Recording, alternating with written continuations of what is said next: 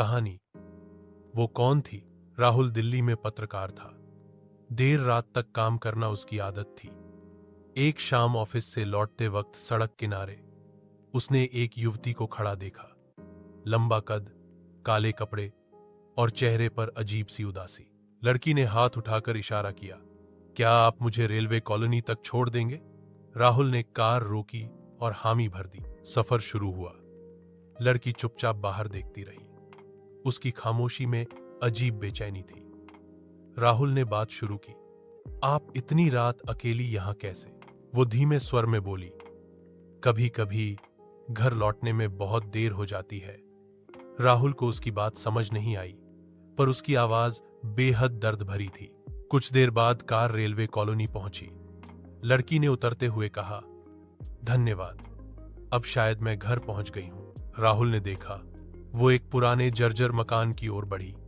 खिड़कियां टूटी थीं और दरवाजों पर जंग लगे ताले। राहुल को अजीब लगा, वो लड़की बंद घर में कैसे जाएगी? अगली सुबह बेचैनी में उसने कॉलोनी के चौकीदार से पूछा, इस मकान में कौन रहता है?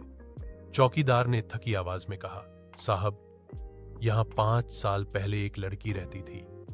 रेलवे इंजीनियर की बेटी थी। हादसे में उसकी मौत हो गई थी।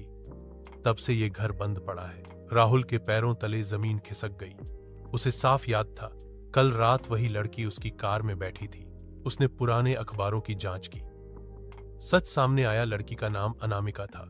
हादसे में उसकी अचानक मौत हुई थी और लोग कहते थे उसकी आत्मा अब भी अपने घर लौटने की तलाश में भटकती है। उसके बाद राहुल रोज उस रास्ते से गुजरता, मगर लड़की फिर कभी दिखाई नहीं दी।